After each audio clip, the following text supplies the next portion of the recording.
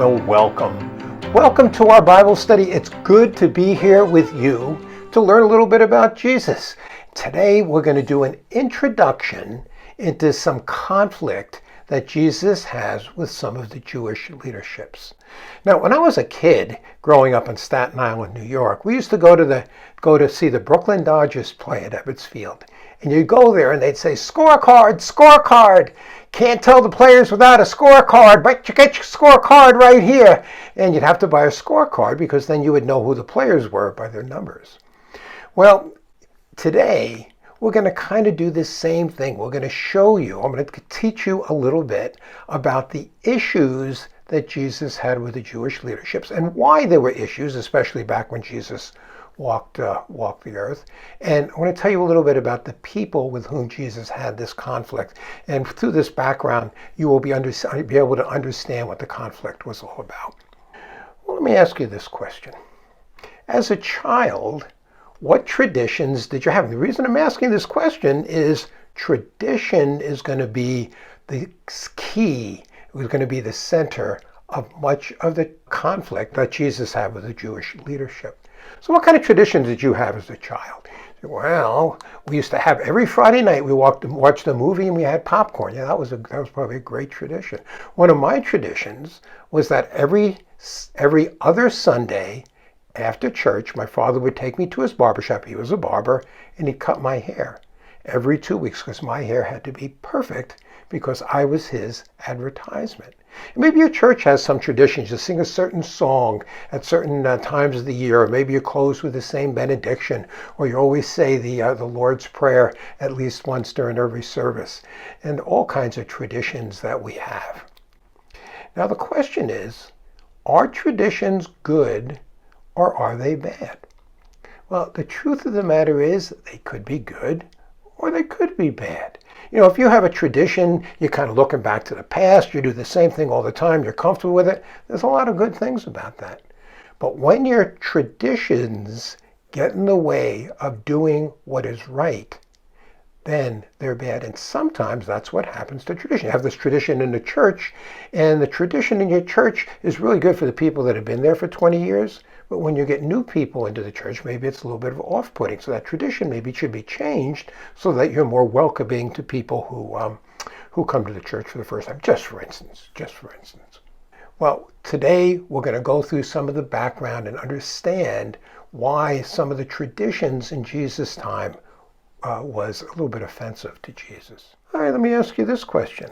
What rules do you live by? What rules do you live by? Well, how about God's rules? Do you live by God's rules? Well, I hope you do. You know, God has rules. Don't murder, don't steal, don't commit adultery, 10 Commandments. Jesus has some rules. Jesus says you should love your neighbor as yourself. And Jesus has hard rules. You should love your enemies. Pray for those who persecute you. You know, we should be living by God's rules. How about government rules? Do you live by some government rules? Well, yeah, we live by some government rules. I mean, there's speed limits that mostly I come close to obeying. And there's rules about paying taxes, which I always obey. There's rules about wearing face masks in public because of the coronavirus, rules about social distancing. I try to obey them. You know, the government has a lot of rules. And in the same way, back in Jesus' day, there was a lot of rules in a thing called the tradition of the elders. And they were man-made rules, and we'll get to that. So do you ever make up any of the rules that you follow? Well, yeah, I make up rules. I mean, I have my procedure for the morning. One of my rules is if it's not eggs, it's not breakfast. And people kid me about that. I like to have eggs for breakfast. Not always, but I do like to have eggs for breakfast. And I always play the same computer games every morning first thing. And I have rules for if I think I did well on them or not. I have a lot of rules that I make up. I'm a very rule kind of person. So the question is, which are more important, your rules or God's rules? And this is where the Jewish leadership had conflict with Jesus.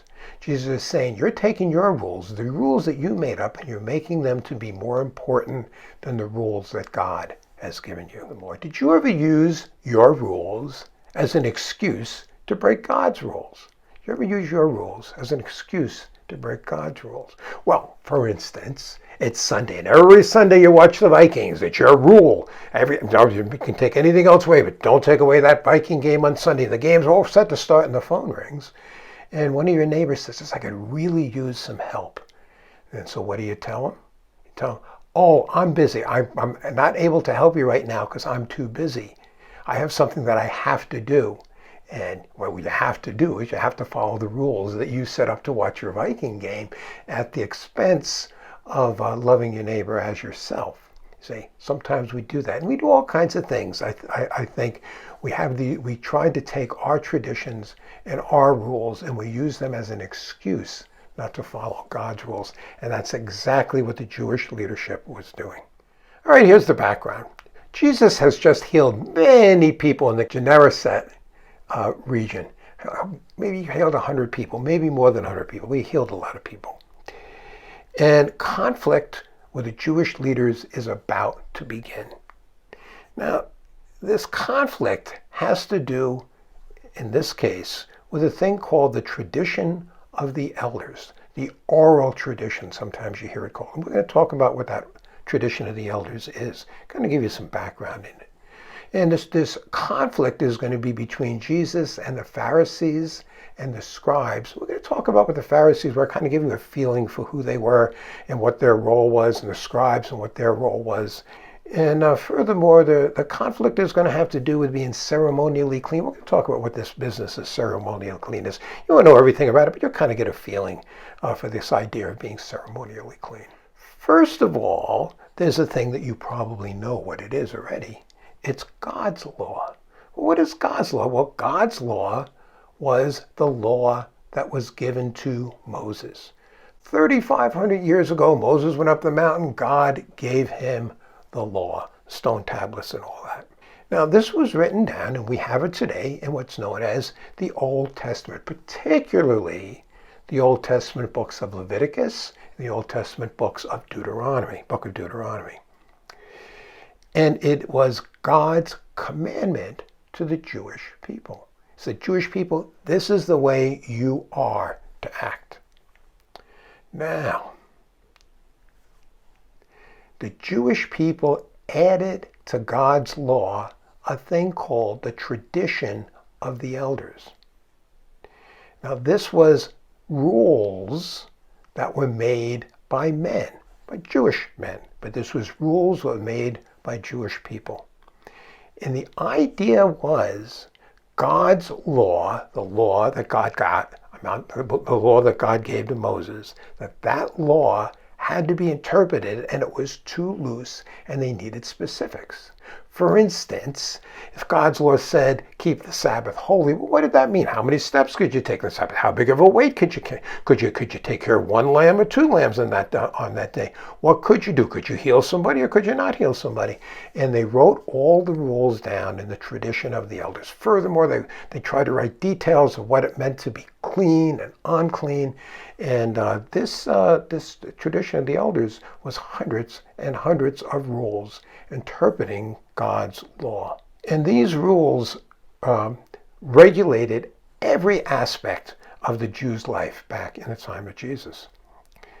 And it was the teacher of some very honored rabbis. I mean, they honestly wanted to say, well, what could you do and what couldn't you do? Where were the limits? Now, the tradition of the elders was taught by the scribes. And we'll get into that a little bit more. But the scribes, part of their job was teaching the tradition of the elders. However, they decided that the tradition of the elders had equal authority to God's law, to the scriptures. That their interpretation of it carried the weight of God behind it. And if you violated it, you sinned. If the God's law says if you steal, you've sinned. Well, they said if you didn't wash your hands properly, you sinned. This is why Jesus ended up being called a sinner by the Jewish leadership. He doesn't follow the tradition of the elders. He follows God's law. He doesn't follow the tradition of the elders. Therefore, he's a sinner. Therefore, he can't be the Messiah, was one of their arguments. And over the years, their differences developed between the tradition of the elders and God's law, and they chose to follow the tradition of the elders instead of following God's law. And we will see that in some of the conflicts that Jesus has with the Jewish leadership. All right, so who are these guys, the Pharisees? Well, the Pharisee was a self-righteous Jewish sect. A very important, very powerful sect. You know, you might think of sects like we have the Methodists are a sect of Christianity, the Lutherans are a sect of Christianity, Catholicism is a sect of Christianity. Even within each of those, there are subsects and people that believe the same things that group together. Well, that's what these Pharisees were, a super religious Jewish sect back in the times of Jesus. They were so religious, they had the first 5 books of the Bible memorized. Genesis memorized, Exodus, Leviticus, Deuteronomy, Numbers, all 5 of the first books of the Bible memorized. Can you imagine? Even all those numbers they had memorized. And the Pharisees obeyed this tradition of the elders religiously as interpreted by the scribe. Furthermore, the Pharisees, placed special emphasis on tithing and on ritual purity. We'll get to ritual purity today, but the idea with tithing is if they had a little window box garden in their backyard and they grew 5 little sprigs or 10 little sprigs of parsley, they would take one of those sprigs, because it was a tenth, and give it to the priest as a tithe. I mean, that's how rigorous they were in tithing.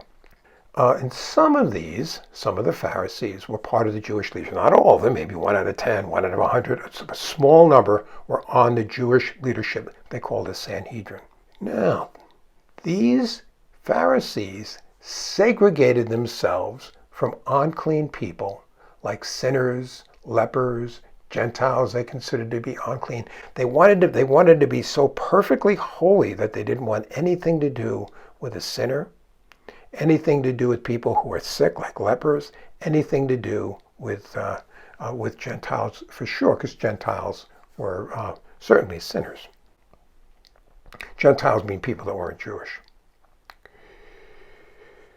These Pharisees believed that they were saved by their heritage, because they were Jews, and by their obedience to the rules. Furthermore, they thought that they were better than others. Oh, I'm better than others. Furthermore, they thought that God was lucky to have them. So they were full of pride. You kind of get a feeling for what these Pharisees were like. And then there were the scribes. Now, the scribes' job was to interpret and teach the law and the tradition of the elders. And that's what they did. They would go to the synagogues on Saturdays and they would teach the people the meaning of the law and the meaning of the tradition of the elders and what all the rules were.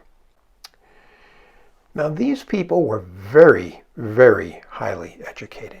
In fact, they weren't even ordained until they were 40 years old. So maybe they started at 12, going to scribe school, and maybe they spent the next 28 years studying and preparing to be able to be the teachers of the law and the tradition of the elders. They were legal experts. Sometimes they were called upon to judge between 2 parties. Sometimes you hear them called lawyers. Sometimes the Bible calls the scribes lawyers. They studied the scriptures and they copied the scriptures. And interestingly, they were working class people, and they did not get paid for their services. So this was kind of their second job. Their night job was being a scribe, but their primary job, maybe they were bricklayers, or maybe they were brick makers, or maybe they were tent makers. You know, they had another job because they didn't get paid as a scribe. And some were part of the Jewish leaders, like the Pharisees. They weren't all, but there was a few scribes that were part of the Sanhedrin, the Jewish leadership. So you kind of get an idea that the Pharisees are very prideful people, rule followers, look down upon other people. And the scribes were the people that interpreted and knew all about Scripture and taught the people. Theoretically, that was their job. Teach the people about Scriptures, teach them about the tradition of the elders. Now let's get into this business of ceremonially being clean back in Jesus' day. Well, ceremonially clean has the idea that if you're ceremonially clean, you're fit for service and worship of God. But if you're unclean, you are not fit to worship or to serve God. Well, what do you think the Pharisees and the Scribes wanted? They wanted to be ceremonially clean all the time. It's one of the reasons why they avoided people who were unclean, like lepers and like Gentiles and like sinners. They wanted to be ceremonially clean because they felt the service of God was following the tradition of the elders. And this idea of ceremonially clean has nothing to do with hygiene. And you are unclean if you touch anything that's unclean. And there are rituals for becoming clean if you became unclean, written down in the tradition of the elders. For instance, you became ceremonially unclean if you touched prohibited food. If you touched a pig, boom, you become ceremonially unclean. If you touched a shellfish, ceremonially unclean. If you touched a sinner, you became ceremonially unclean. Or something that was dead, or something unclean, or someone who's sick like a leper. Any of these things would make you ceremonially unclean. Or if you touched a Gentile. That's why they separated themselves from Gentiles, non-Jewish people. All right, I kind of got a feeling for I know you don't remember every little detail, but you kind of get a feeling for who the Pharisees were, self-righteous people. Scribes are the interpreters. Ceremonially clean has to do with rituals and being clean to serve God or to worship God and so forth. Mark 7:1. The Pharisees and some of the scribes gathered to Jesus after they came from Jerusalem. Why did they come to Jesus? A, they were sent by the Jewish leadership. That's true. Jesus was very famous and very popular, and the Jewish leadership said to these scribes and these Pharisees, hey, go up to Galilee, go find Jesus, find out what he's all about, and then let us know what he's all about. I want you to go up there and investigate him. He's so popular, we need to investigate him. He might be leading the people astray. We need to figure out what he's talking about. One of their charges for sure was to determine Jesus' authority to heal. Now, everybody, even the Jewish leaders, knew that Jesus healed lots and lots and lots of people. The question was, where was his power coming from? What was his authority? They were there to assess Jesus' teaching. Jesus had a vast following, and they were responsible to make sure Judaism remained pure, at least pure within what they thought Judaism was. And they had a right to go and assess Jesus' teaching, make sure you're not leading people astray from Judaism. They also wanted to find fault. The Jewish leaders did not like Jesus. Go find fault. When you're up there, figure out some way we can accuse him. Find out something he's doing wrong. And that's what they were about. Also, they wanted to know if Jesus was the Messiah. Jesus was going around telling people he was the Messiah, and the Jewish leadership knew this. You better go check him out. Is he really making the claims to be the Messiah? Is he really the Messiah? He couldn't be the Messiah. They couldn't accept that. I mean, after all, Jesus didn't go to the Jewish leadership. He went to the people. Certainly the Messiah would go to the Jewish leadership. After all, Jesus certainly would follow the tradition of the elders if he was the Messiah. That's why they rejected Jesus as Messiah. Mark 7:2. And they saw, the Pharisees and the Scribes saw that some of Jesus' disciples were eating their bread with unholy hands, that is, unwashed. Jesus, look what they're doing. They're violating the tradition of the elders. They are sinning. Jesus, you can't let them do that. In fact, you shouldn't be around them because they're violating the tradition of the elders. And I want to tell you, this is not about hygiene. This is about the tradition of the elders and about ceremonial washing. Now, let's go on. Then we'll get into it a little more. Mark 7:3. For the Pharisees and all the other Jews do not eat unless they carefully wash their hands, thereby holding firmly to the tradition of the elders. You see, most Jews in that time obeyed the tradition of the elders. And they thought it was terrible that Jesus' disciples did not follow the tradition of the elders. All right, so what was this hand washing that Jesus' disciples were not doing, that all the Pharisees and Scribes do, that was described in the oral tradition or the tradition of the elders? Well, it was ceremonial cleansing of the hands, as prescribed in the tradition of the elders. Furthermore, they did it before each meal. Furthermore, they did it in between each course. We have multi-courses at the meals before each course. So they did this washing before the meal and then before each course. And it had to be done with water that was that was ceremonially clean. So they all kept ceremonially clean water on hand in pots so that they could perform this ritual. Now, let's get into the hand washing ritual. This is the ritual. First of all, their hands could be dirty. They could have dirt on it. Maybe they were laborers or whatever, and they would carefully take everything off their hands. Get all the stuff off their hands. Anything that they could get off by doing that, like that. Remove any debris. Then they would pull their sleeves up. They would point their hands upward, and they would pour on water, at least 1.5 eggshells full. So it was all recorded. And that water would drip from the fingers down. It had to get on the wrists. And then they would take the fist of one hand, rub it into the palm of the other. Take the fist of this hand, rub it into the palm of this hand. Then they would point their hands downward. And they would pour water on the hands. It had to go on the wrists and down and drip off the tips of the fingers. So they make sure that happened, at least 1.5 eggshells full. And then, voila, their hands were ceremonially clean and they could eat. Mark 7:4. And when they came from the marketplace, they do not eat unless they completely cleanse themselves. And there are many other things which they have received as traditions to firmly hold, such as the washing of cups, pitchers, and copper pots. They had all kinds of traditions for cleaning all the utensils, and all this stuff had to be cleaned according to the prescription and the tradition of the elders, otherwise they became unclean. Now, here's just some rules for some cookware. Just to get you an idea for what some of this stuff is like. If you had a hollow vessel, maybe a pitcher or a bowl, only the inside could be unclean. The outside could never be unclean. You never had to worry about touching it and making yourself unclean, because the outside could never be unclean, only the inside.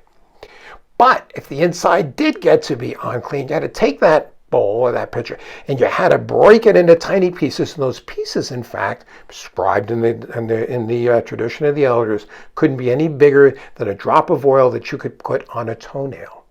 So they had to break into real tiny pieces. All right, so if you had a plate without a rim, W/O is without a rim, it was never unclean. You never had to worry about cleaning that. Never had to worry about it being unclean. But if you had a plate with a rim, it could become unclean. And if it did become unclean, you had to break it. And that break had to at least include a hole big enough for a pomegranate to go through. So all these rules, all these detailed rules, they followed them to the letter of the rule. If you have an unclean earthenware, pottery vessel, if it was unclean, you had to break it into pieces. All prescribed. If you had a metal vessel and it became unclean, well, what did you have to do? You had to boil that vessel in boiling water. Then you had to purge it with fire. And then you had to take it out of the fire and you had to polish it. And after you did all those things, it became clean. You see, there were many rules, all kinds of rules that the tradition of the elders laid on the people, not even to mention all the rules about what you could do and couldn't do on the Sabbath. All right, this is kind of a summary to kind of get you into the mindset of the Pharisees and the Scribes. What did they believe? Well, First of all, they believed that the tradition, the oral tradition of the elders, supersedes God's law. And Jesus told a parable about this. Remember, God's law said you love your neighbor as yourself. And he told a parable about the man that was walking down the street, and there was a guy that had been beat up on the other side of the street. And what the man was walking down the street, walking on the other side of the street and around him because he didn't want to touch him, because he didn't want to become unclean. The man could have been dead. So therefore, the tradition of the elders became more important than the God's law of loving your neighbor as yourself. Just as a for instance, they believed that following all these rules was the essence of serving God. You followed these rules and that God would think that you were holy. This was the essence of religion. It was what they lived to do. Day and night, following these rules, because that's how they got saved. Furthermore, they segregated themselves from unclean people. And this is a really tough thing to do. They segregated themselves from all people who weren't Jews because they were sinners, from people who were sinners, and they didn't try to help people that were sinners or try to bring them back to God. They separated themselves from them. And from all sick people like lepers and so forth. Tradition superseded loving their neighbor. Loving their neighbor was irrelevant to them as long as they followed the tradition of the elders and all the rituals. And furthermore, breaking any rule was sin. And and with Jesus, when Jesus wasn't doing it, Jesus, you're sinning. They would get all upset with Jesus. You're sinning. You can't be the Messiah. The Messiah can never sin like you're sinning. And furthermore, Jesus would associate with who? He'd associate with sinners. He says, these are the people that need me. He even touched lepers. He would associate and even touch lepers, completely violating the tradition of the elders and the beliefs of the Jewish leadership. And these are some of the reasons that Jesus got into some very strong conflict with the Jewish leadership. Ultimately, these kind of conflicts would end in Jesus' crucifixion. Well, here's the summary. You are not saved by following man-made rules. You can wear all the masks you want, and it's not going to save you. You can obey every driving rule. It's not going to save you. You are saved by establishing a relationship and believing in Jesus. That's how you're saved. You're not saved by following a bunch of rules, man-made or otherwise. Many search for reasons to find fault in Jesus, and it's true to this day. They try to find reasons to find fault, and that's what the Scribes and the Pharisees, that was their mission from the Jewish leadership, find some fault in this guy. And of course, they kept finding it, and when they couldn't really find any big fault, they lied, but they did find the fault that he didn't obey the tradition of the elders. Finally, in the summary, don't use your traditions as an excuse to break God's rules. If Jesus wants you to do something, do it. Don't find excuses not to do it. Well, if you're watching the Bible studies, that I'm asking everybody to pray 4 prayers. We're not going to elaborate today. First prayer I want you to pray, I want you to ask for salvation for everybody around you, everybody within your oikos, we call it. Second prayer is pray for an end to racism in the United States and an end to racism in Jesus' church. It has no place in either place. Racism is evil. Third prayer, pray for protection from the coronavirus, especially pray for this vaccine that's going out. I've had my first dose, getting my next dose next week, and please pray that it would go out so that this virus would be done, ready to be done with the virus. Fourth prayer, pray against division in our great country and also against the division that's occurring in our church. And with that said, there's only one other thing to say. Say it with me. Aloha. See you there. God bless you all. Thank you so much for watching. Have a great rest of your day.